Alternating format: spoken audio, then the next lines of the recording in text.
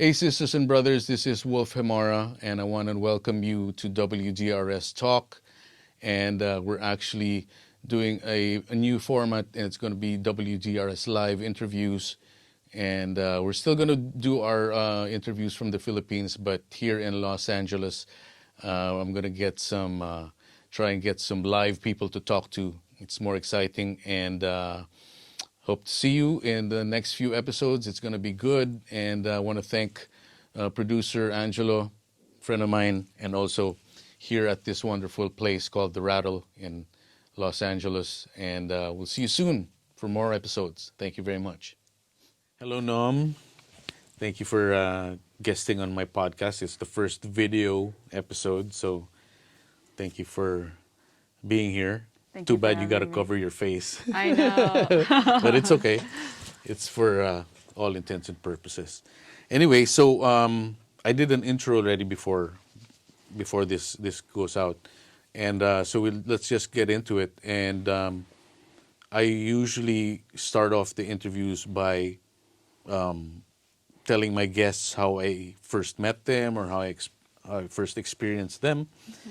And the first time I met you was here in the Rattle, and we had that.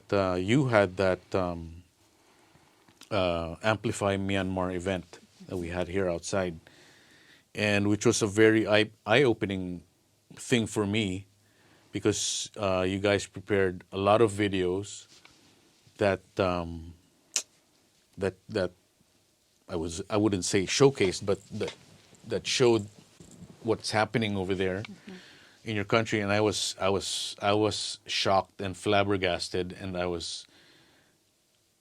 I couldn't imagine what I was seeing because in my own experience in the Philippines, I'm Filipino, right? We had two peaceful revolutions, one in 1986 and one in 1998, I think, or 99. And both those revolutions were peaceful. No one was hurt. We actually got rid of two presidents without anyone getting hurt, without anyone getting killed. And the second time that happened, we actually got rid of a president just because of corruption. It's hard to imagine doing that now, but we actually did it. So when I saw those videos of the military shooting at people, I was shocked, and I couldn't even imagine it. And it came back to me because the first revolution that in '86 I was too young to go. I was in 7th grade, and I couldn't go. But the one in 99, 98, I was an adult, so I was there. It took a whole week of just of thousands of people on the main highway, just blocking stuff. And since our military, the military is supposed to protect the people, so they're not there to shoot us, right? So we were confident that these people, and especially Filipinos, are mostly Catholic. It just goes against the religion to kill.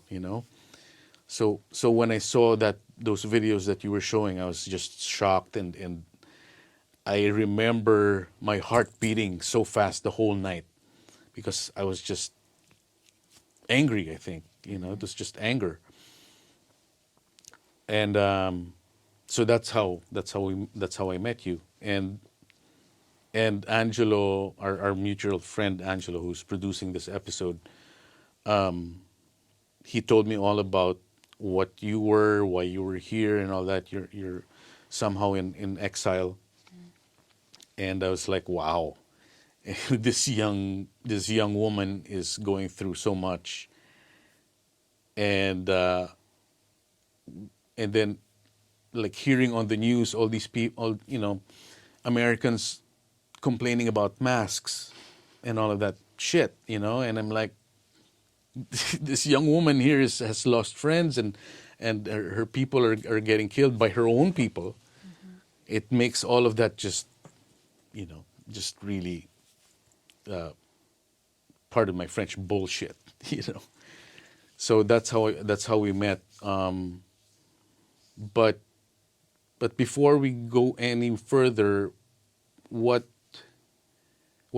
how long have you been here, and what's it been like? I mean, since you came over, and why did you come over? Yeah, so I came here like to LA, I believe in April last year. So it was during the revolution. The revolution started February 1st, 2021. So I was active since the first day. And then it became pretty unsafe for my community and my group and for myself. But luckily I have the privilege to escape and Right. get to safety, unlike some of my other friends. So I took that chance and I was able to come to the U.S. And then also, my mother lives in LA, so it was kind of pretty convenient, I guess you would say, that I have somewhere to run to. Right. So I was able to come here safely. But a bunch of my friends were taken. My father was taken, and that's my main focus is that if I was taken, I was probably going to be dead, because that's their main goal, to kind of take out anyone that is against the military. Right. So we can't speak, we can't do things, we can't show them what is peace, we can't show them what is human rights, none of that.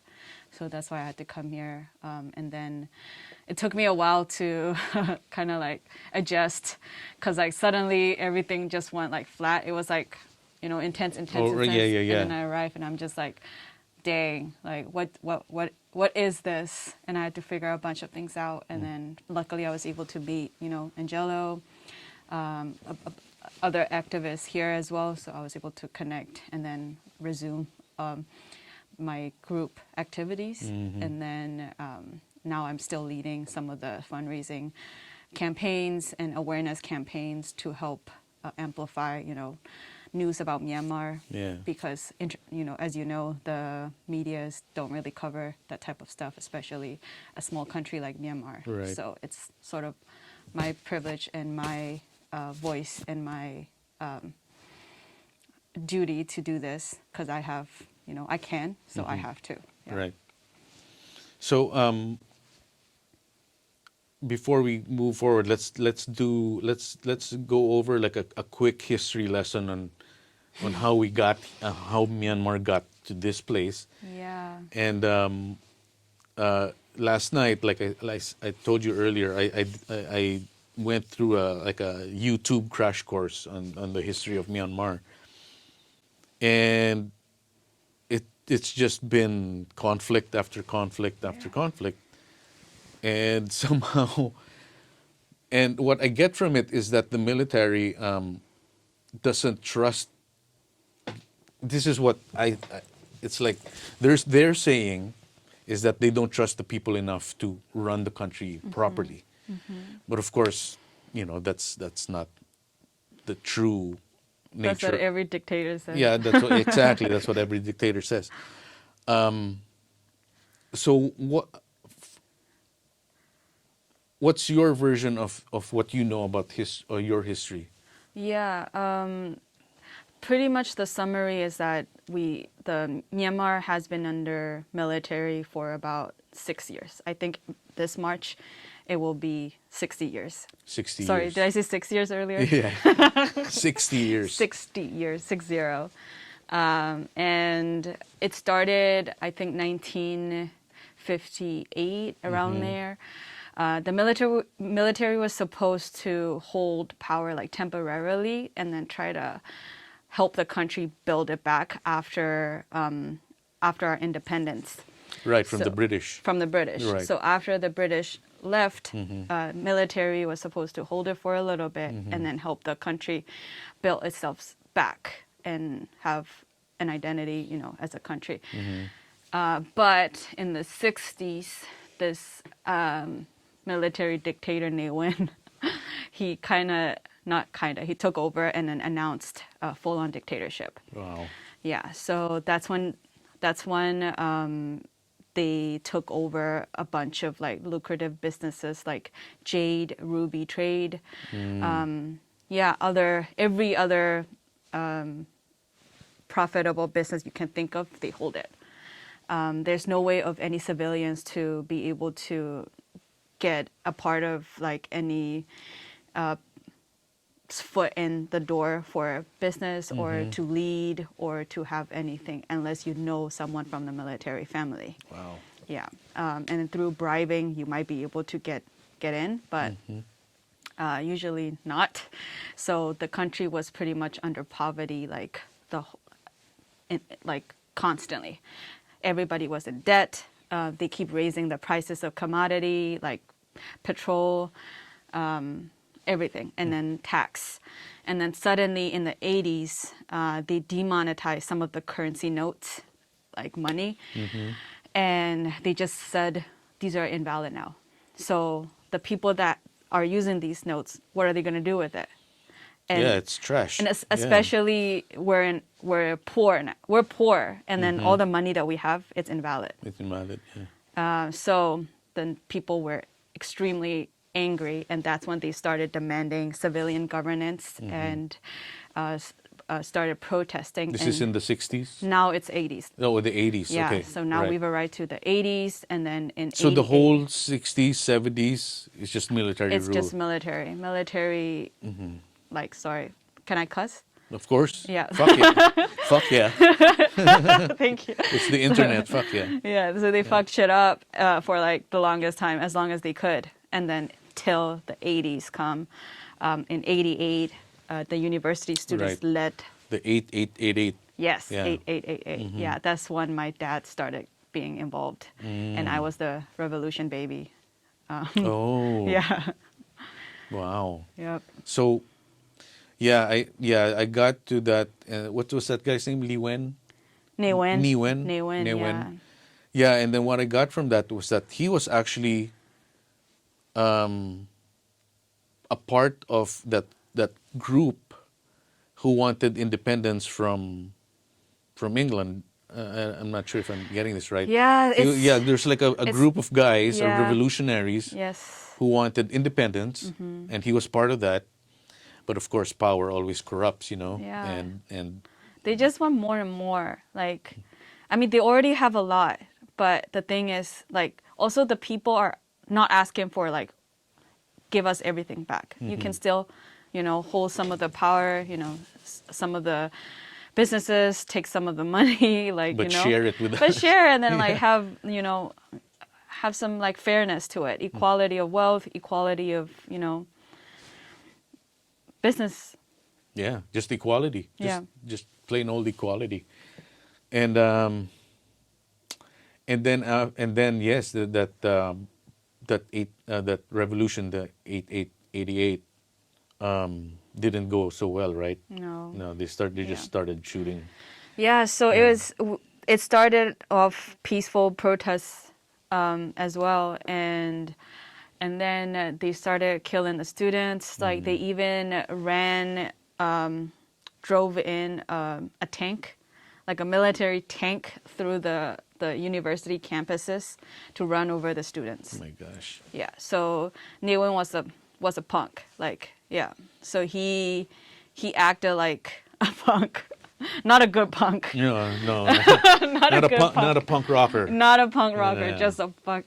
Yeah, just a and punk. Yeah. he didn't think twice about taking another person's life. That's where it started. And yeah, people didn't give up, and then that's when like some of the people had to go to camps. Also, refugees. They had to escape. Like, that's when it all pretty much like started to.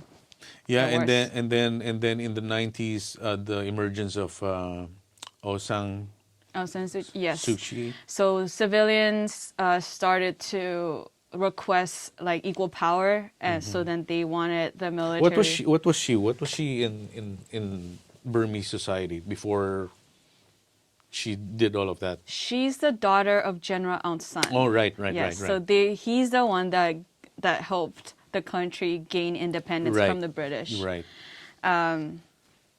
Yeah, I think British. Yeah. So, but she's the daughter of that, and then she came back to Myanmar and then started talking about democracy and what human rights is like and how you can distribute power, things like that. So they did not like that. So she was a woman. Also, And she was a woman, yeah. in the 80s. Oh, yeah.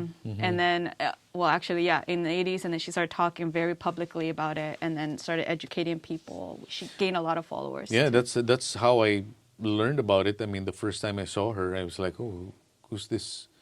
Because at that time, during our that revolution in 86, the president, the person who became president was a woman. So the Filipinos were already used to seeing women in power. We're not like here with a woman president. Everyone's like, so weirded out about it. Where in a country like the Philippines, it's like, we've had 2 women presidents already. Wow. So it's nothing to us. So when I started seeing Aung San, am I saying it right? Her name? Aung San Suu Kyi. Aung San Suu Kyi. Yeah. I was like, wow, that's when I started learning about what was happening in your country.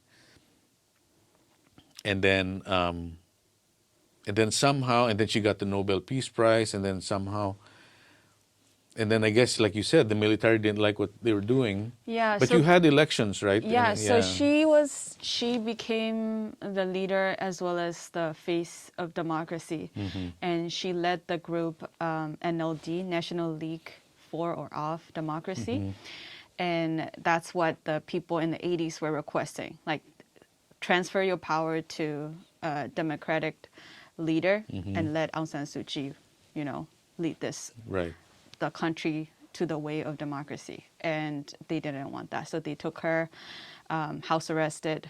House for arrest. the longest time. I don't even remember anymore, but basically that was during the 90s. I remember that. Yeah. Yes, and then finally we have I think it was during Thing Sane, but anyways, so in 2014 or 15, we had an election, and then that's when Aung San Suu Kyi's NLD party won. They won by a landslide. Right. And the military finally gave up power. Yeah.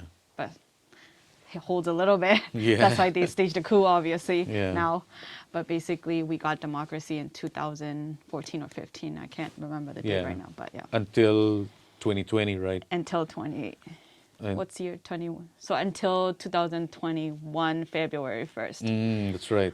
My gosh, that's only last year. Yes. Wow. We just had it, and that's why we're so angry. And let me ask you what was happening during when democracy was established. What was it like? Was it fast? Was development fast? Well, in a sense, it is to me a little bit, because I grew up under military government. Right. I experienced that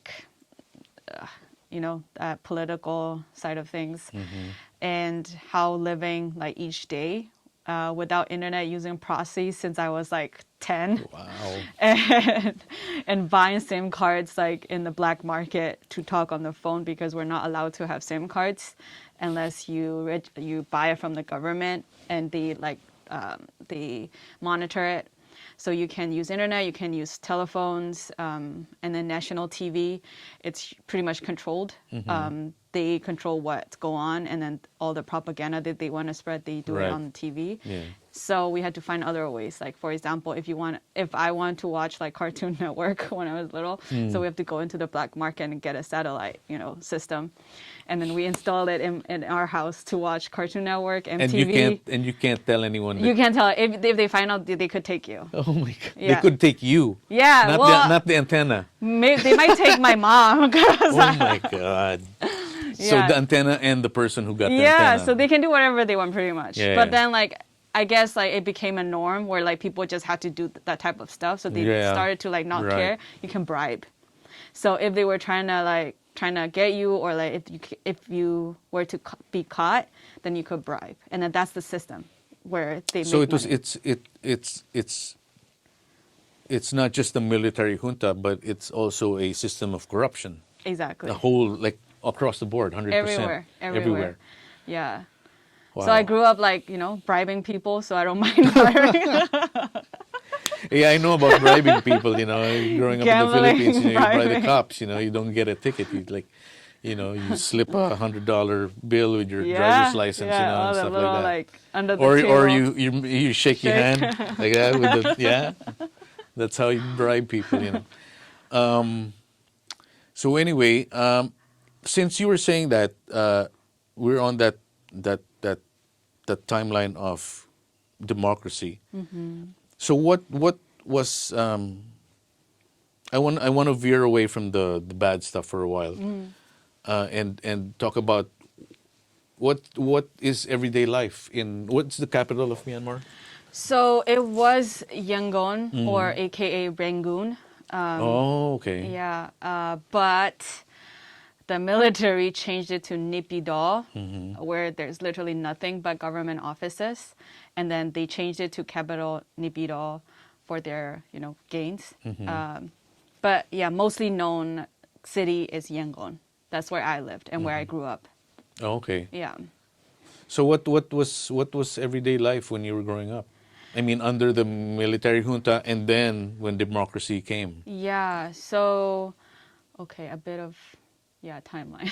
Yeah. So yeah, when I was born, my dad was in jail. That was in the 90s. Oh, and let's your dad is a stand-up comedian. Yes. So Right. he's a comedian. He makes movies. And then what is he known for? He's also a dentist, actually. Okay. He was in dental school, Uh-huh. trying to become a dentist, but then the revolution happened in '88, and then his passion is comedy, so he started using comedy as a tool to speak out about things. Okay. Yeah, so that's when it happened. But basically, so I was born in the 90s, and he wasn't around. And then after that, he got released. Day to day, it's pretty much we have like public school system, but again, the public school system is controlled by the military. So it's kind of funny. Well, I guess now it's funny. The textbooks. So Public school. public schools, heavily controlled by military. They control what goes on in the textbooks. Wow. They, it's very favorable to military, how we should like worship military in the textbooks, even propaganda since we were like five, kindergarten. So my parents took me out of public education when I was maybe 9 or 10. And then I was enrolled into an international school that is private. So And they actually allowed that? yes. Yeah. Yeah, I don't know how it worked, but basically, we had international private schools, and also like some of the foreigners, Oh, okay. diplomats and stuff like that. Their kids need to go to international schools, Right. so they had to, I guess, allow it, and then we were able to enroll. So I was in that system. So luckily, I got some good, education, not brainwashed. Yeah. Do you remember learning the propaganda, and do you remember it? A little bit, yeah. I remember seeing a lot of their fucking like ugly ass military green everywhere. Like we had to wear military green to school. That was the uniform. That was a uniform, and then like the textbooks are that. A lot of the information is misconstrued, like they're the savior of the country, and then they talk a lot about our ethnic groups as like rebel groups Right. that's trying to attack, demonize them, and then that they're actually trying to defend us, whereas they're the ones that attack in the ethnic groups. Yeah. But back in the day, I really thought that the rebel groups were bad people, because of the textbooks and what they showed us on TV. but luckily, I was taught by my dad and like, the people around me, it's not. So I always wanted to join the rebel group since I was like 12. Yeah, because then, then you realize that they're just people who want to live, Yeah. who want to live free, Yep. with liberty. Yeah. You They know. control everything. Yeah. Yeah, so you can't do like international media interviews or anything like that. Like we can talk a little bit about it later, but basically my dad did an interview with BBC or some international media in 2008 or 7, and yeah, he was taken and sentenced to 59 years in jail, prison for that. Yeah. How many times has your father been taken? Yeah, so I just tried to count the other day with my dad on a call, and I was like, "Is it 3, 4?" And he's like, "No, 5." And I was like, times. "Oh, okay, yeah." So he's been What- taken 5 times. Oh gosh, I mean, I can relate somehow because back in the 1970s, the Philippines had a dictator, Ferdinand Marcos, and he declared martial law in 1972. I'm a martial law baby. You're a revolution baby. I'm a martial law baby. So I was kind of sheltered from what was happening during the martial law days, but when I got older, and you realize, and then you read history, and it was like the same thing. The college students are always the ones who are the activists, right? Because that's where your mind just bursts open. You're in college, and there's footage of the not the military. That's the big difference between the Philippines and what's happening in Myanmar.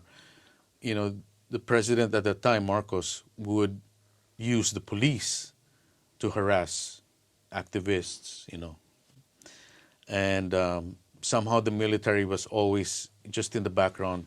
And I think it was because I would say the military of the Philippines, the Philippines is not perfect, but I would say the military people in the Philippines, their integrity is high up there. They really take it seriously. So they're never going to. I don't know about now, but somehow that, and in combination with the Catholic religion, is that they'll never shoot civilians. But it must have been hard, not seeing your father. I mean, how long would he be in prison? Well, when I was born, he was already in prison, and he came out when I was 4. So he was in there for about 4 to 5 years, Oh like my 3 to gosh. 5 years. I can't remember the date. I'm really bad with dates. Yeah, it's okay. But basically, I was 4 when he came out. It's kind of funny because they always talk about how the day that he got out, he came back home with his friend. And then they walked in, and then my mom was telling me, "Hey, your dad is coming home, like from prison," because I was visiting my dad in prison, Oh. to go see him Yeah, and yeah, stuff. yeah, yeah. But like obviously a kid like 4 years old like doesn't really know that concept. So he came back home with his friend accompanying him. They walked in, and then I ran. I was like, "Oh, Dad!" And then I ran to his friend, not him. Oh, you thinking didn't that know who his your friend dad was? my dad. Oh, you didn't recognize who your dad. Oh my god. I don't know. So they think it's like they always talk about that story where like I didn't even Wow. recognize my dad. I'm like, obviously you weren't around. Yeah, yeah, yeah. But yeah, so I was like kind of used to that. And then he was taken then for about 3 to 4 years, and then again. Also, the military actually banned him to work. His like livelihood and his main source of income is making movies and like commercials, like directing Oh, and okay. comedian. So they banned him for I don't even remember, like 10 years. Not Wow. he can't use his names to make movies. Like he's not allowed to register. Yeah. What is the because in the Myanmar event, there were apart from the videos of what was happening there, you guys also showcased local musicians and local rappers Yeah. doing their music. Of course, their identities are all concealed because it's dangerous for them, to be speaking out. And I was so impressed because I shouldn't say impressed, but I was like surprised that there's a lot of Western culture that's influenced that has influenced Myanmar. Yeah. And there was one act, the hip hop video, and I was like, I mean, they were speaking your native language, but Yeah. I was like, these guys can fucking rap, Yeah. and it's really good. They were rapping in our ethnic language. Oh, the ethnic actually. language. It's not even like the main language. Wow. So that was a special video because it Yeah. came from the different like ethnic groups that we have, and they came together. Ah, okay. And then usually these groups are always like back in the day, civil war. We've always been dealing with civil war, and they're actually fighting. But for this revolution, because of this revolution and because of like this fight, we're all together now. And then even like to produce this, So no more fighting. no more within fighting the within each groups. other, like majority. Wow. Yeah. That's good. That's a good sign because, people are just had enough. It's like, and I think that's one of the goals of the military junta is divide and conquer, Exactly. right? That's how you dismantle your enemies. You divide and conquer. But I was so, I was like, and then, who was the reggae guy? Yeah. What's his name? Solpokwa. Yeah, and it's like for reggae music to reach something, a country in that state, Yeah. a military junta. Bob And Marley. then Bob Marley, That's like our Bob freedom. Marley would be the first one to be banned. Yeah. I mean, They banned a bunch of music. Oh, really? Yeah, that's why like hip hop, rap, reggae, like all of that, we all learned it on the black market. oh wow, Like in the other countries, like you shouldn't illegally download stuff, Yeah. things like that. But we kind of have to in our Yeah. country, and Yeah. then we use proxies, like all that stuff. Dial-ups back in the day, and that's how we learned music. Yeah, yeah. So yeah, I mean, especially Bob Marley music. I mean, the anthem of every revolutionary is "Get Up, Stand Up." I Yeah. mean, that would be the number one song that would be banned by a government like that. But I was surprised that, and what I was impressed with is that the resilience of these people, these musicians, was like, this is all we have. This is our only weapon. We don't have guns to fight these guys, but music is our weapon. And as a musician, it's the same mentality. It's like I can't shoot somebody. So I'm gonna just We don't know how. We Yeah, don't know how it's- to shoot a gun. We don't know how to fight someone. Yeah, or this is our, voice. This is our tool, Mm-hmm. and they won't let us do it. So we just have to keep using what we know how to do. Right. Yeah, and it was eye-opening to see that you're not giving up. That's what I got from that event. Was that the Myanmar people are not giving up. I wanted to ask you, it's like, what do you call yourself? Are you Myanmar or are you Burmese? It's pretty much the same thing. The same. Like we always have to talk about this with like people, and people always argue like back and forth about like what we should call our country or like what we call our. I'm like, I don't give a fuck. Like it's just it's it's a branding nightmare. It's because of because of our stupid like this history. That's why we don't even know what to call ourselves anymore. Right. It's Burma to like Myanmar, and now Myanmar to Burma. Like I'm like, I don't give a fuck. Is As long as- Myanmar an actual the name of Yeah, of your so country? Is it- internationally, I guess it's changed to Myanmar now. So, but it's Burma, Burmese, Myanmar. It's the same thing. okay. It's the same. It's the country. Yeah. Yeah, from my research, I was like, your people were called Burmans at yeah, one point. at one point. Yeah. By the British. Yeah. By the British, of course. Yeah. The British. Yeah. Burmans. yeah. The, Other Burmans, they're probably Burman. yeah. it's So like- so okay, that's another nice lesson to learn. Because it's confusing, It's It like is. and I wanted to find out from an actual Burmese person, it's like, what do you call yourself? So, Like some people might tell you differently, like some scholar or like, I don't know, from Harvard, they would say something different. But for me, I just don't give a fuck. Like, oh, it's a Burmese, Burma, is Myanmar. that a It's the general same. thing? It's the same. Like, Yeah. let's just get with it. Let's get to work. Everyone's like, just whatever, man. You know? We just want democracy, I guess, yeah. And it's so growing up in that kind of environment is everyday life.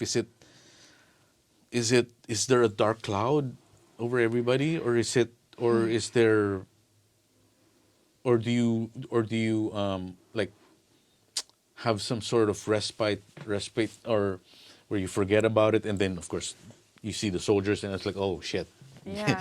they're still here, Yeah. For me, to be honest, because like I was born during the, after the revolution and all that stuff. So I grew up around there. So it's sort of didn't feel strange, actually. It's just Like life. the bans, the limitations, doing things a little bit differently than other countries and other people didn't seem like strange to me until I got to the US. Ah. Yeah, so until like the second revolution in 2007, that's when my dad was arrested again. That's when I had to like kind of leave because my dad was like, it's not good for you. And I couldn't comprehend what was going on back then.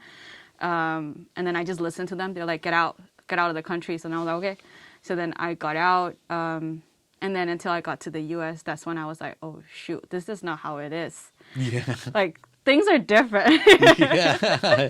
You can say what you want. Yeah, I was like, and no this one's going to is shoot different. you. Wow. Yeah, so that's when I learned that it's not normal. Okay. Yeah.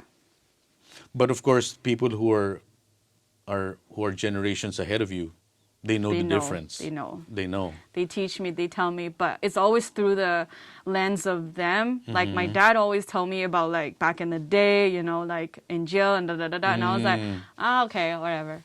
Right, yeah, like I'm like, I didn't, connect. Yeah. Like even though my dad was like in jail multiple times and he told me, I was just still like, disconnected somehow. Because it just felt normal because I grew up under it. Right, And I think that's what the military wants now. Yeah.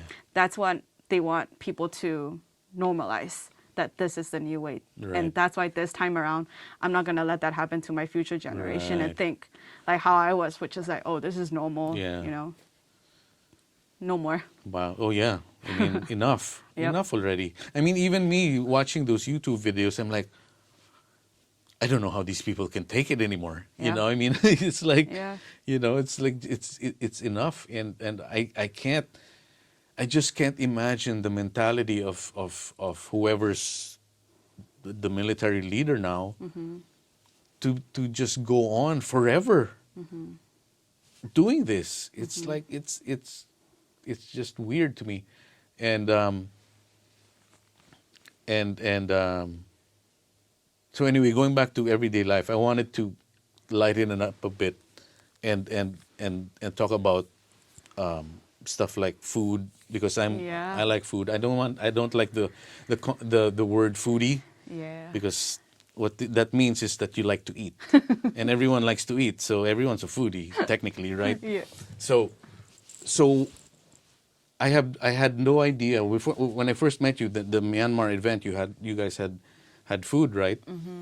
And it's mostly vegetarian, or do you guys have? Yeah. Do you eat meat and pork and stuff like that? We do eat meat and pork. I was vegetarian at some point, but then also for different reasons. But basically, yeah, we have multiple like options. We're known for rice. Like also, I think 70%. Like our main source of revenue from our country is rice. Oh, it's rice. Yeah. So there is still export happening in the country, or Yeah. yeah. Also controlled by military. Of course, all the money goes to them. My gosh. So that, I mean, it's funny because because I'm an immigrant of the U.S., I've been here 20 years. And I didn't come here when I was a kid, I was in my 30s when came here. So I already knew how to differentiate cultures and stuff. And learning American culture, I just, with all the freedom, I was just like astounded about how much Americans complain about shit, about the simplest shit, and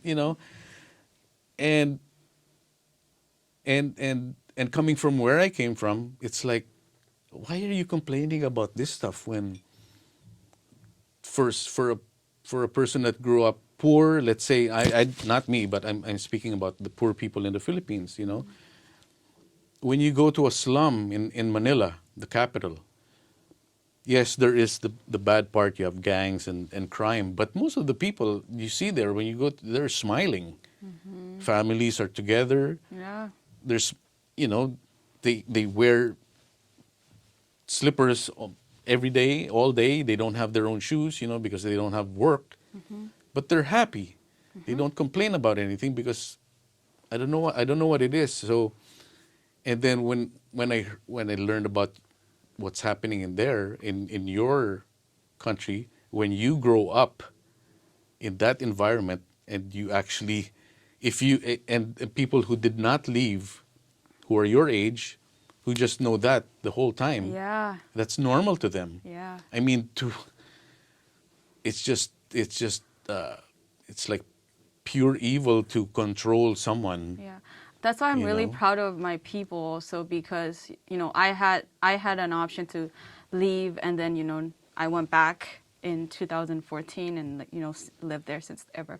But for some people, they can't leave, and then they had to educate themselves, and they had to learn that this is not the way. Right. So then that's why, like, they didn't have the resources, but they were able to educate themselves. That's why I'm really proud So of them how did too. they do that with So- limited resources?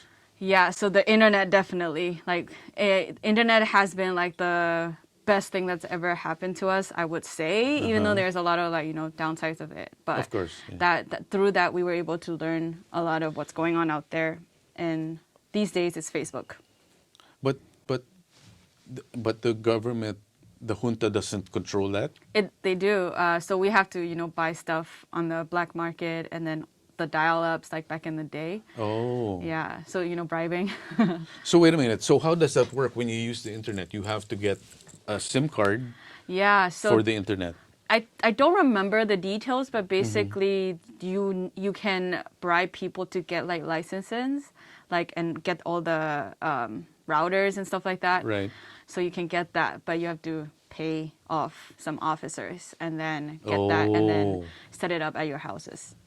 Yeah. So these officers will just turn a blind eye and say, That's how most things are there. "Wow." Yeah. So even if you're educating yourself about democracy, Yeah. they don't give a shit. 'Cause Well, they already don't got- even know what it is. They Exact- don't know. They don't know what we're using it for either. because they're brainwashed themselves, Yeah. I guess. Yeah. What is it like? I mean, because those soldiers in the military, they have families, right? So how does it work? I mean, are their families apart because they're It's a You know what I really, mean? really difficult situation. Yeah. Like, I think the soldiers also they are brainwashed constantly, and then they were taught that any person that do anything against the military is the enemy, and bringing the country down. So that's their viewpoint. So that's why when we were protesting out like on the street, they were shooting at us. it was like no problem Yeah, for them. and then we were able to intercept some of their radio intercoms, like in our city, Right, right. with my friends, and then we recorded it, like to kind of spread it around. But the way they talk about it is like they are enemy, like they are getting in the way of your country, like prospering. Like that's the language that they used. Like, take them down. This is your job to take them down. Do whatever you need to do. That's their command on the radio. And we listened to it. We're like, what the fuck? We're kids. Like, I'm not kids, but like, we're all like young people. Yeah, like, yeah, we don't have weapons. We're just protesting. So in their viewpoint, it's like, it's okay that these are your enemy. You That's have the to kill enemy. them. My gosh, you just told me about Yeah. It's because we were on the subject of you bribing a military person to use the internet Yeah. to learn about the outside world, and yet this military person that let you use the internet, he doesn't know what you're doing Yeah. because he's brainwashed. Yeah, and then also because of the education system, you're not exposed to things like that. It's unfortunate, but that's how it is. But basically, they didn't know like what the systems are like, and then when my dad was arrested in 2007 or 8, they came to our house to raid the house and then take everything. And because apparently he was conspiring against the military and interviewing with international media, so they came. And then they were taking like DVDs, VCDs, like whatever hard drives, hard discs back in the days. Discs. So they took that, and then they're like, "Oh, there's a computer. Seize the computer." So they came in the room, and then they took the computer. But the thing is, they left the what's it called, the board. In our country, it's called motherboard. Yeah, the motherboard. Yeah, The motherboard, yeah, right? yeah. Yeah, they left it, but they just took the They took TV screen only, the screen. thinking that that's the computer. monitor. The monitor, Yeah. yeah.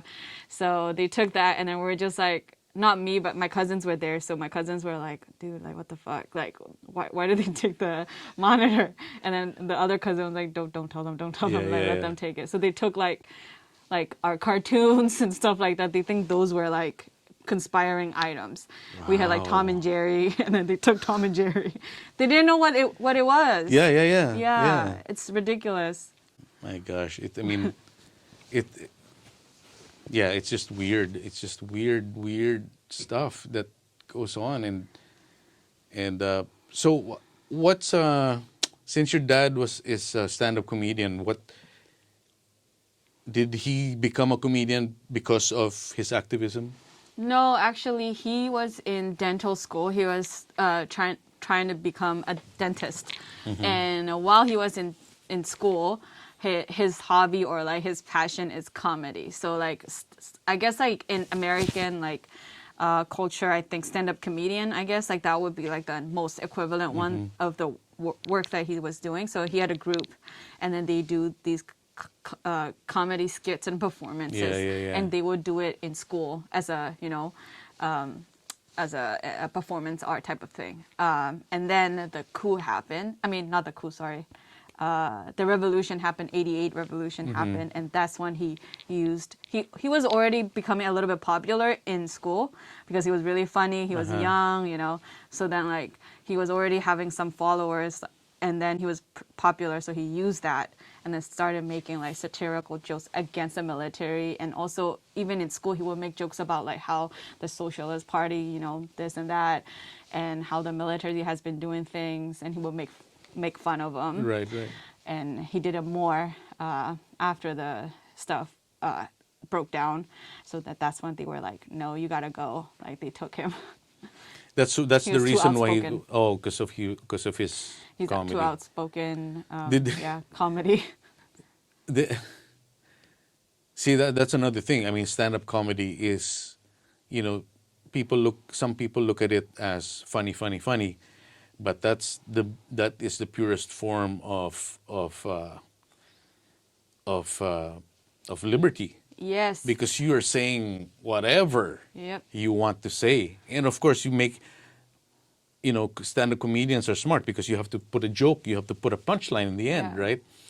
So, and that is actually more dangerous. And it's educational. It's educational. And then it penetrates more because it's funny. And Yeah, it's funny. It's entertaining. So people gravitate towards that. Yeah. And my dad found that out pretty early on. And that's why Wow. he used it as a tool, as a channel to spread awareness and like, speak out about things. And that's why, and then he gained a lot of like, attraction for that. And that's why the military was like, no, you're too influential. Like you can't be saying that type of shit. People are going to be listening to you. Was he popular enough that the leader Osan, I keep forgetting her name. Aung San Suu Kyi. Suu Kyi. Yeah. Did they know each other? Yeah. So my dad really looked up to her. They talk about they worked on like peace projects during the democracy era, or years. And then my dad also like educated, like she's one of my influences as well because I grew up listening about stories about her as well. So yeah. So what? Okay, so let's delve into that, the democracy years. Were you there? So we gained democracy, or NLD, our Mm-hmm. National League for Democracy. They won the election. Again, I keep forgetting the years, but it's 2014-15. Mm-hmm. So as soon as they got it, I came back from the U.S. because Okay. I got the U.S. citizenship because my mom was here, and I left I think around 2007. So then and then I couldn't go back obviously because my dad was in jail, and then it's not safe for family to be there anyways. So finally I got U.S. citizenship, and I felt like, okay, my family was saying like, oh, since you're a U.S. citizen, you might, it's a little bit safer for you to Right, travel back if Yeah. you want. So then I was like, yeah, heck yeah, if I can, I would. Yeah. So then they're like, you can. I was like, okay, cool.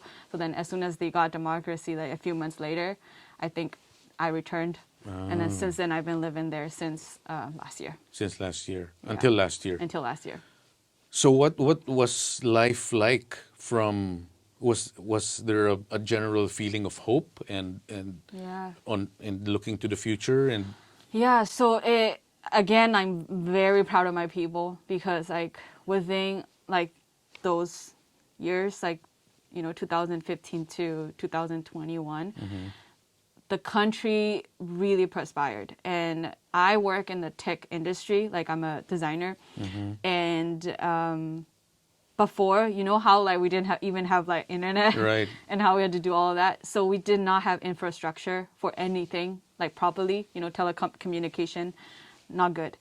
But since the democracy took over the country in 2014, even the international communities They and like went businesses, right away. they came back. Yeah. Before they came back. Yeah, so Yeah. they shunned Myanmar because of the military dictatorship. They were Right. like, we don't want to do business with you. You're not stable. Yeah. Who would invest in a country Exactly. that's like, in turmoil? Yeah.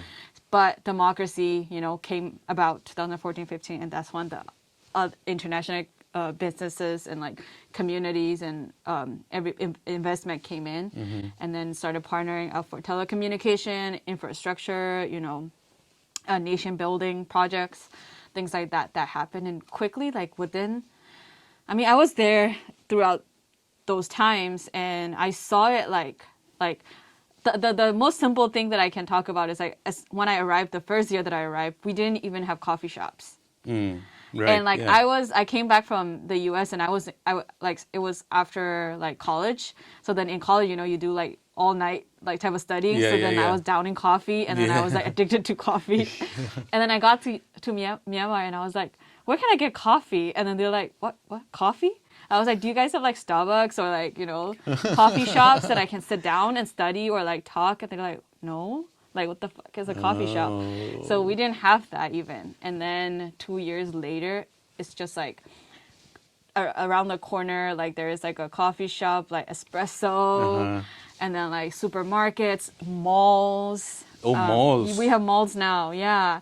Like giant buildings, malls. Like I've never even seen those back in the day. Yeah. And I got to see it developed right in front of my face Right. in like 3 or 4 years. Yeah, and then And internet. free Free internet. no more like jumping proxies and firewalls and stuff like that. Yeah. Right. So, did were people discovering the democracy also? Yeah, so people been craving this. So Yeah. as soon as like they announced that our democratic leader group has won the country and gonna be having freedom, everybody was like, heck yeah, like we've been waiting for this. So everybody was hungry for like new things, opportunities.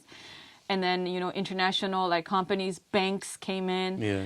We were able to get jobs, good paying jobs finally, so that we're not in poverty. So in this time, what's the military? They're just in the background.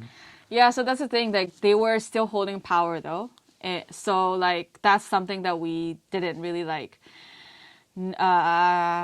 kind of slipped, I guess. They are still holding some power, and then political stuff is that they were always in the back, like talking and negotiating things. Military always wanted back power, pretty much. Right. But Aung San Suu Kyi and the leaders, they were always like dealing with it. And then that's 2021. That's when they're like, military was like, no, fuck you guys. Yeah. We want full power again. Right. Yeah, because I in one of those YouTube videos, it was said that the military had power to put 1/4 of the Congress or whatever. They could put their The whole people seats, yeah. They in still those hold seats, yeah. and that's a fourth. Yes. That's 25%. Yes. That's a lot. That's a lot. You just That's a lot. automatic. You can have without election. That's what we were saying. Like even when they didn't coup, like before even coup, and even NLD is leading the country, they still hold a lot of the businesses still, and they still have a lot of money. They're still holding like jade industry, the mining, oil. They all had it. And the democratic government, were they? I got the feeling that they wanted to change all of that. They wanted to change. They wanted to democratize everything. Yeah, so less bribing. Yeah. Less bribing, definitely. So they did not like that. Especially like some people who are already accustomed to like working under the table and like bribing and stuff. They were not a fan of, obviously NLD. And then the military also, like, they're really greedy. That's what it comes down to. Oh yeah, money. Yeah. So even they had a lot already, but they're like not enough. So these military leaders, do they live in luxury? Yes. And it's oh my obvious? gosh. And yes. it's open. Yes. Oh, okay. Oh my god. Like what is an example? They're like the military family weddings. If the son or the daughters, like when they get married, for their weddings, they demand or request the guests to gift them diamonds and gold. Oh my gosh. Yeah. They demand. They demand. You have to if you are a guest. Oh my gosh. Yeah, while like a bunch of us are on the street. Yeah. Like nothing to eat. I mean that's another thing. That's another concept I don't understand. It's like, how can you have so much loathing for your countryman, that you were willing for them to starve in the street while you were demanding diamonds and gold? Yep. I mean, I cannot factor that into my psyche, because I grew up in the Philippines, where, like I said, you're either Catholic or you're Muslim, and somehow Catholics and Muslims, we get along, Yeah. and no one is violent to each other, and I don't know, I just can't add it up, how you can Be so unfair. and cruel. It's and just cruel, and to be to just be devoured by greed. It's amazing to me, It's amazing in a very bad way. Yeah. That They crave they thrive in power, and like they so one incident is like they go to schools, like they will go to public schools, and then they want to feel like they're royalties, like kings and queens. And when they go to schools, they would demand like 5 kids from each class to wear very nicely, like be clean on that day that they're visiting, and then they have to go to the entrance and then bow and pray for the Oh my military gosh. that's arriving to the country to the school, and then they do it on national television too. Yeah. It's just total. It's just total fantasy. Yeah. You know? Well, they had it. It's not. Okay. So now we're going up to the coup last year, Yeah. and there was no warning. Well, Or we heard. no, what I'd like to ask is, during the democracy years, was there that feeling, that general feeling that it could all go away like that, like lurking in the background in the shadows is still that those people, So the thing is, we should have been. We should have been. We should have should have been been. aware of it. We should have been scared of it. That it could have been taken away at very point. But I think that's our, I guess, we were blindsided by it, I guess. Right. Yeah. And we didn't expect it. I mean, Most of it. I wouldn't fault anybody doing that, because I mean, for a society to be oppressed for so long, for 60 years, and then all of a sudden have democracy. I mean, I guess Yeah. everyone was just excited, Yeah. and I was. Yeah. Yeah. yeah. So you were there when the coup happened. Yes. Yeah. And how did it? So right away they arrested Aung San Suu Kyi, Aung San Suu Kyi and then the whole like, cabinet, the president, everybody. Yeah. and they're still in prison now. Yes. Wow, Yeah. amazing. Yeah. My gosh. And did they target your father right away? Not right away this time around. Before, I think they did. But this time around, they took a bunch of the Democratic leaders, the party cabinet, and then also Sopo Kwat, the reggae artist. He was one of the very first ones to be taken. Yeah, so my dad was okay. But the thing is, I was unsure. So it happened on February, like right at first. I heard it at 4 a.m. February 1st. So I woke up to the news, and I was very unsure. And I was a little bit like uncertain about like safety for my dad and everybody. And then they had like a internet list. It was on Facebook and like Telegram and stuff like that, like who they'll be coming after. Oh my gosh. And I was like constantly checking if my dad was gonna be on it, just to see what my dad's like. It's fine. Like even if they did, like I can handle it. Like I know how to like answer to them and things like that. Don't worry about it. But then I was still trying to navigate like what's my role now? Like what do I do? Yeah. That was Yeah. I wanted to go. I mean, and so what did you do? What? Yeah. Because that's an interesting Yeah, part too. so it was funny because January, like I guess the day before February 1st, that even night, I was with my friends, drinking, having fun. I got home, like slept, woke up to the news, and I was just like, I don't understand it. Like, what is going on? So I ran to my dad, and then I was like, can you explain to me? And then like he told me about it. And I was kind of like, I guess, shocked. I don't know what's the right word, but also sad and not clear.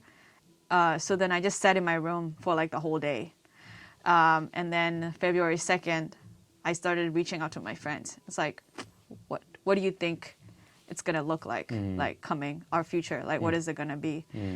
They're like, I think we might have to, this might be a revolution. And everybody started talking. And then we're like, what role should we play and what should we do? And then I gathered like a handful of people that I trust, and then we started a Facebook group, and then we started discussing like what we could do. And it was like number one thing was protest. We're not going to accept like we're not going to stand down, we're not going to accept. We need to let them know and let everybody know that we do not side with this. Give back our democracy. So we need to do that. And the second thing is that we need to make sure that we have a sustainable movement going on, which is now civil disobedience movement.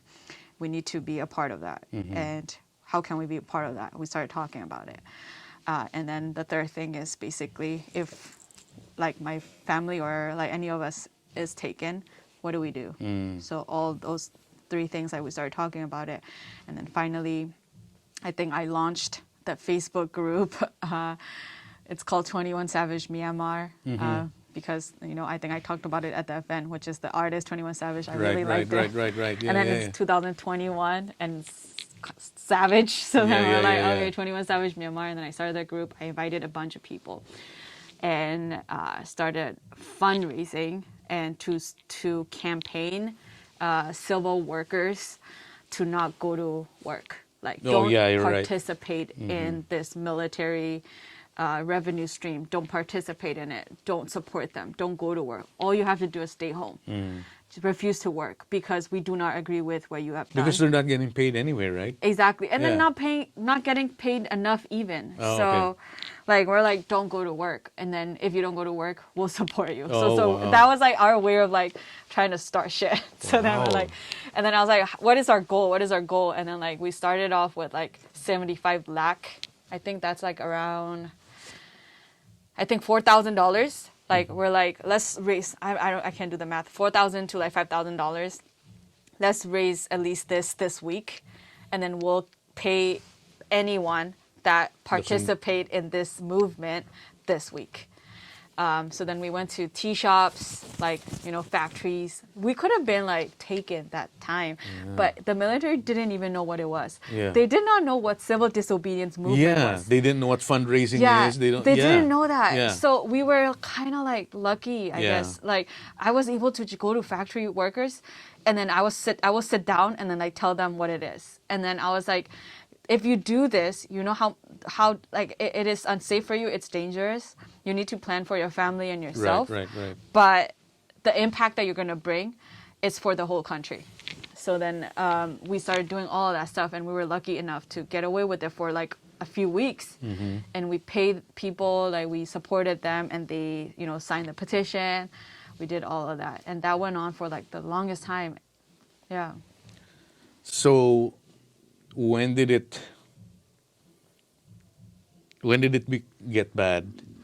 When did I'll just get straight to it. When did they start shooting? Yeah, so I think first few weeks we were able to protest. We were able to walk. So we would meet at a point, and I would like walk. Like it's even funny because my very first like protest, the very first day that I joined, I didn't even know how to protest. Like I was like, what am I supposed to do? And they're like, just say whatever other people are saying, and then like hold a sign. I was like, okay. And then I would go, and I would like, we would go from like point A to the point B, and then that's where we would meet with the whole like city. And it was huge. Like it was a lot of people, the whole country. They all came to the streets, and then they started like walking. And then like I was like amazed by like what it is. And then also I think the military also, I don't think they expected that much. So they didn't do anything. I think it went on for a few days. I would say 12 so days. Every day we protested. Okay. We walked and protested. They didn't do much.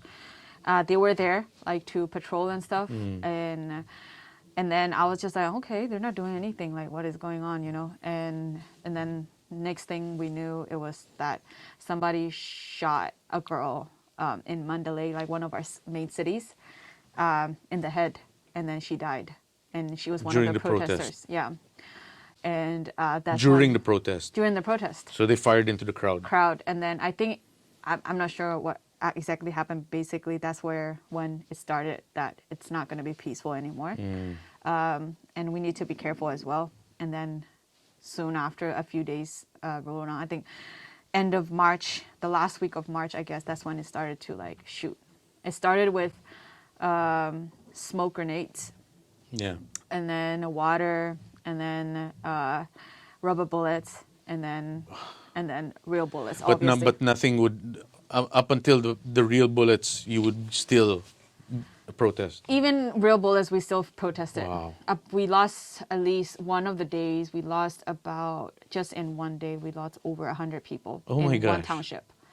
Yeah, and I think a mutual friend of ours died too in one of the cities.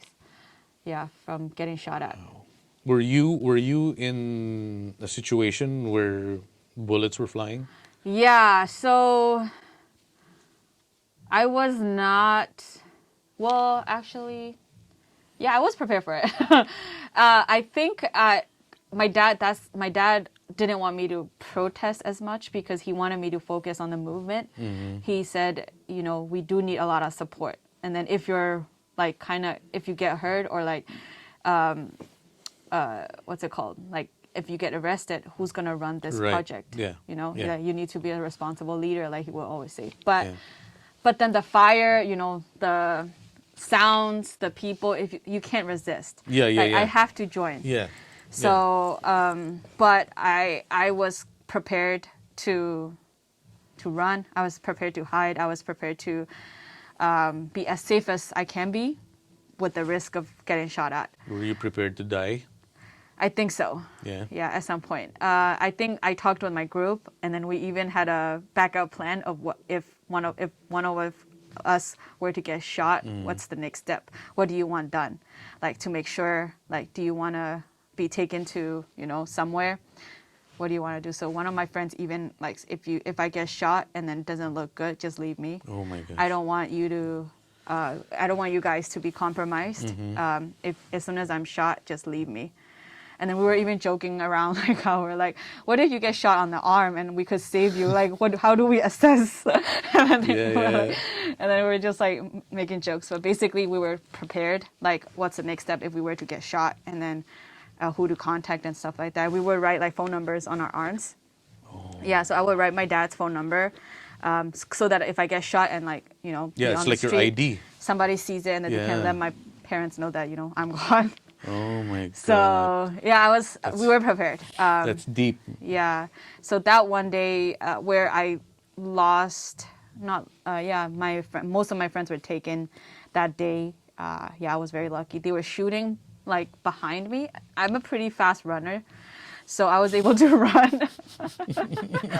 And I was hiding and my friends followed me. But unfortunately,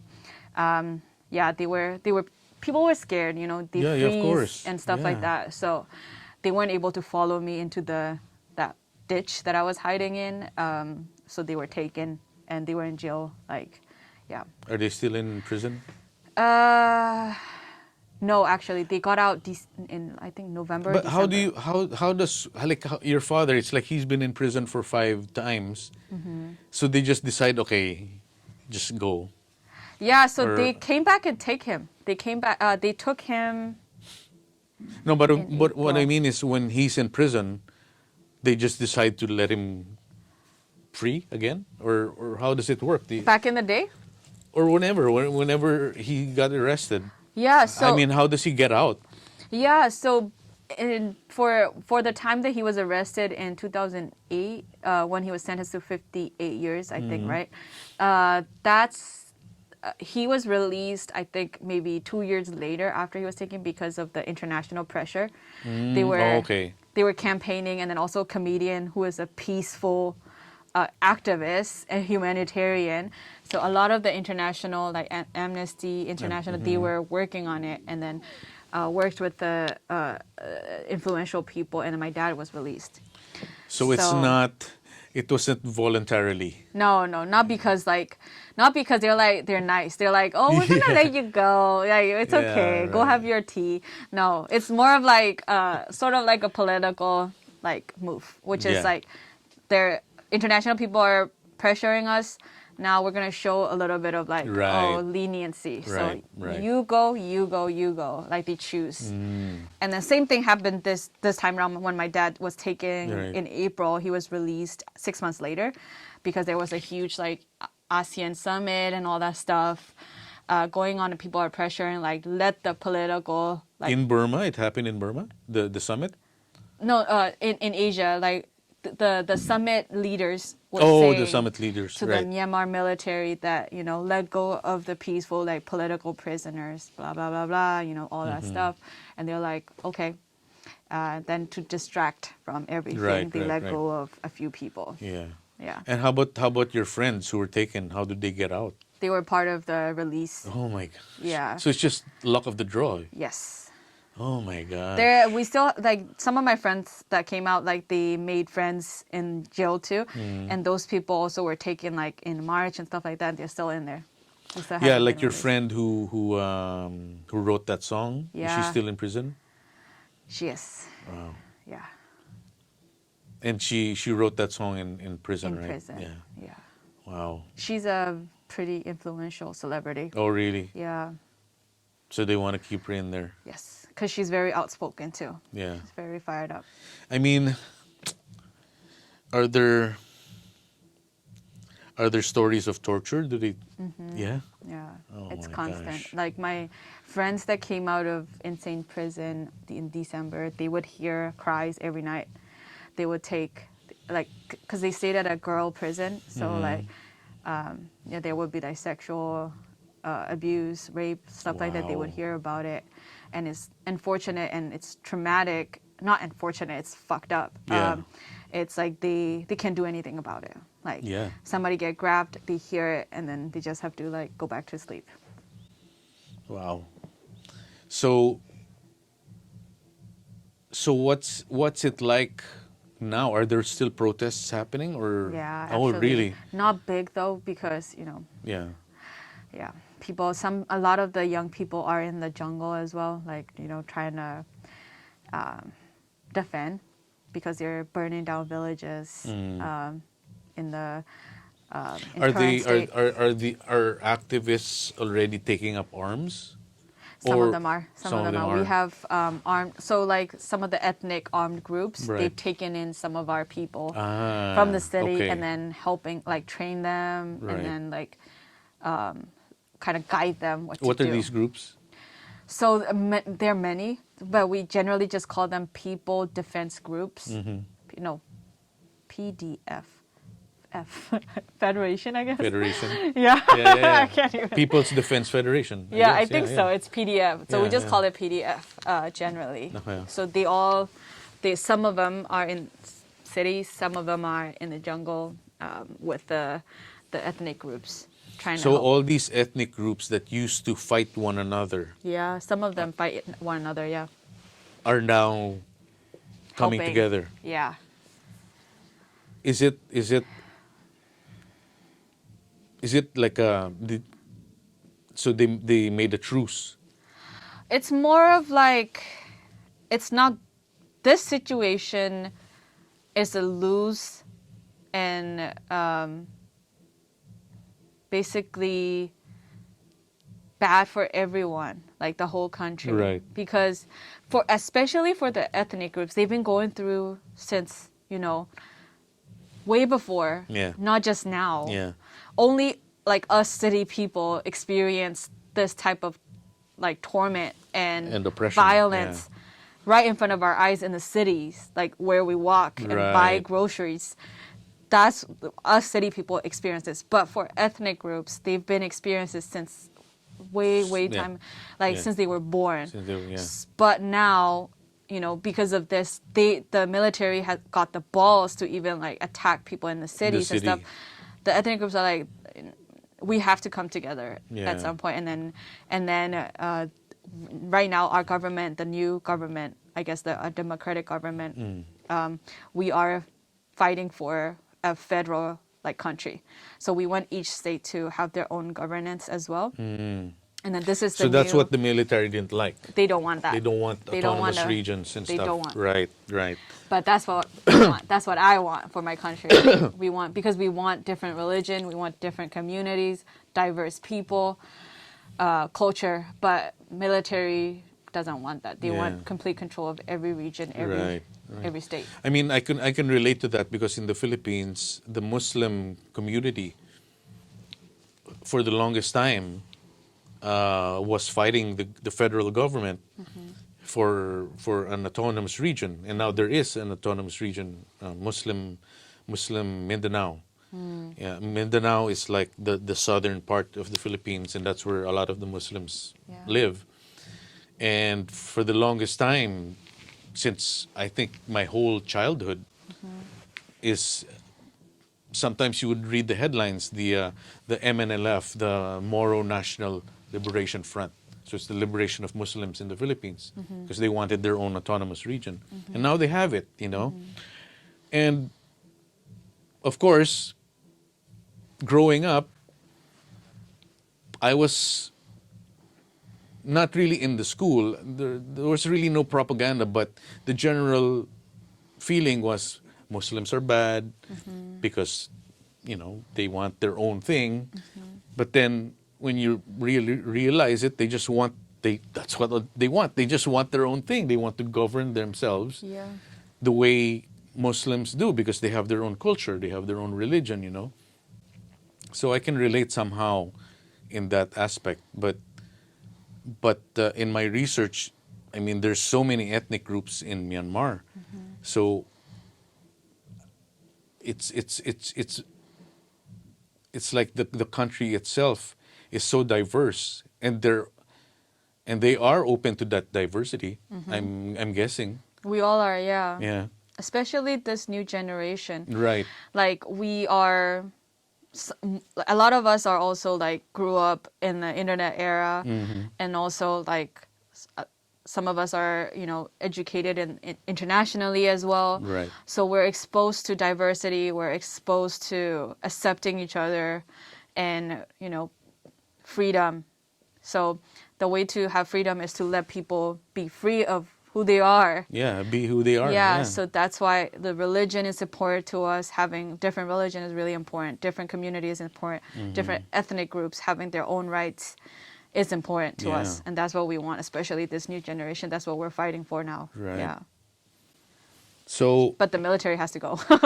yeah, see, that's another thing. I mean, this is how I'm going to land this plane.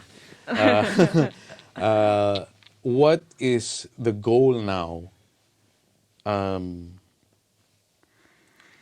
Is there going to be a satellite government outside of the country? Is there going to be?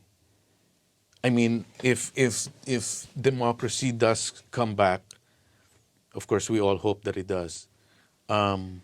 What's going to happen to the military? Of course, because a sovereign country needs a military. Yeah. I mean, how? I don't know if you can answer it. Yeah. But I mean, it's just a rhetorical question. It's like, how do you control these people? Yes, I mean, exactly.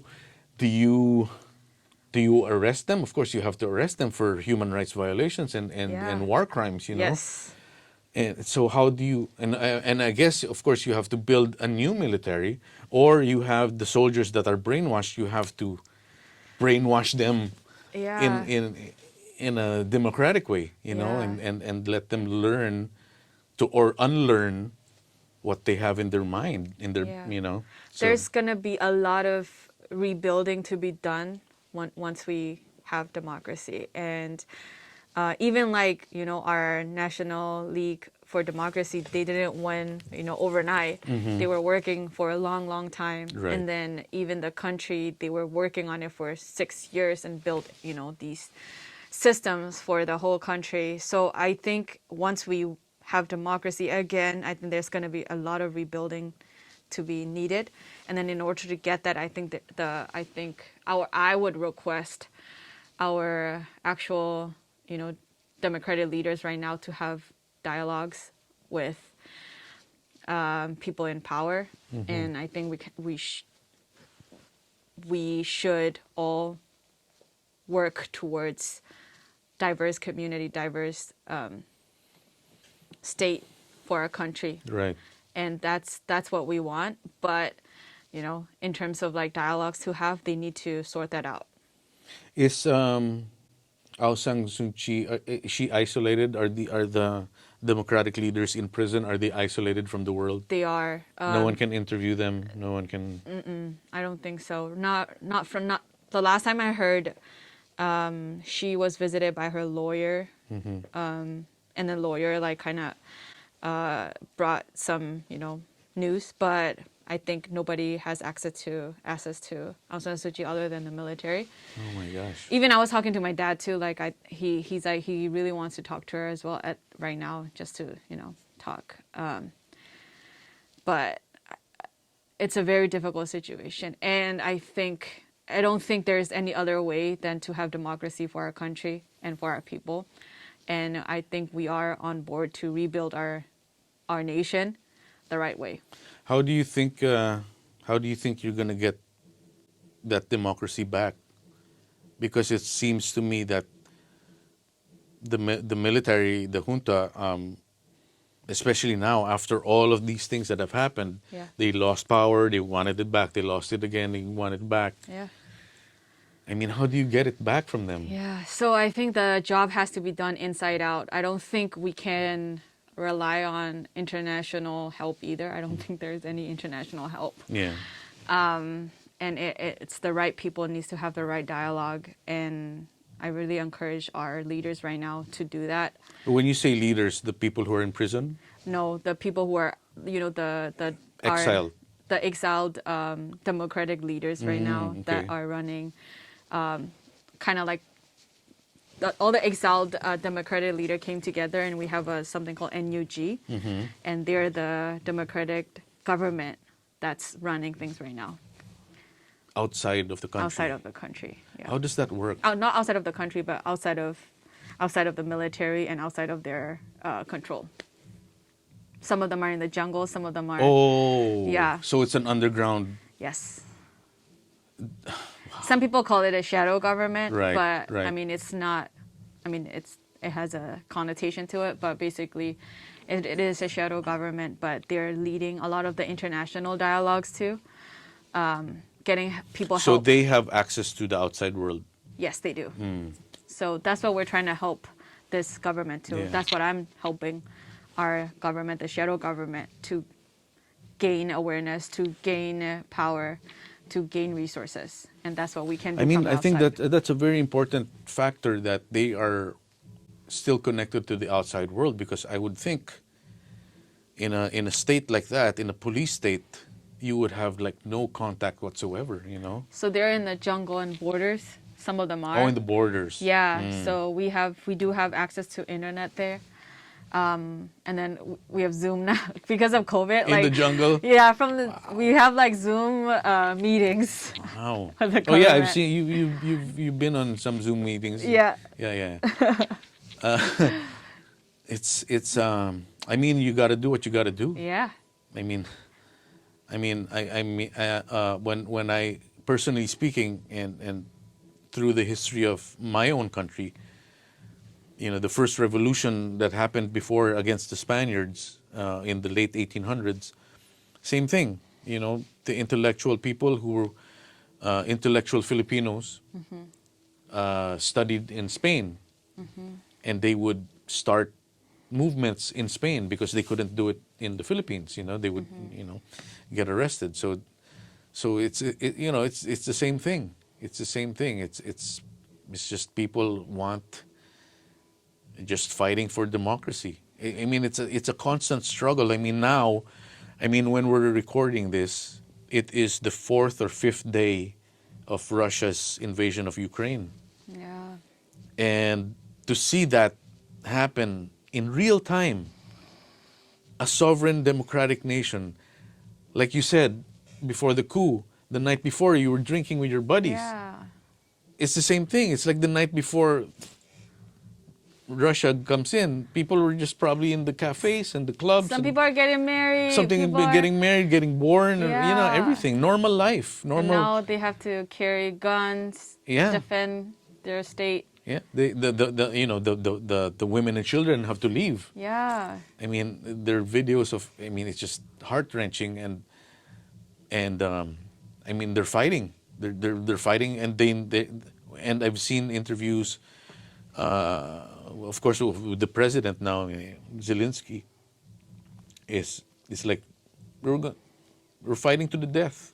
It's to the death, and I can understand that. I mean, you've been there, you've Yeah. made that decision. It's like, yeah, I'm prepared to die. I'm prepared Yeah. to get shot. You Yeah. know, I'm gonna write my contact information Yeah. if something happens to me. I mean, that's very deep. You know, it's very. I mean, It- I didn't want to be. Of but course, yeah, it's but just I'm- the only it's- option we had. Yeah, I mean, what are you gonna do? Yeah. You know, well, I mean, I can't. I don't know if I can muster that kind of courage. To tell you the truth, you know, to be 100% honest, I don't know if I can do what you did. I don't know, because I've never I've never experienced that kind of hostility from the military, because the military, a citizen's idea of the military is that they're supposed to protect me. They're my defense from invaders. So if they turn their guns to me, it's like, where am I gonna go now? Yeah, You know, exactly. where am I? They're supposed to protect us. Yeah. So when your protector becomes your tormentor, I mean, it's just a nightmare. But anyway, so how about you? What's next for you?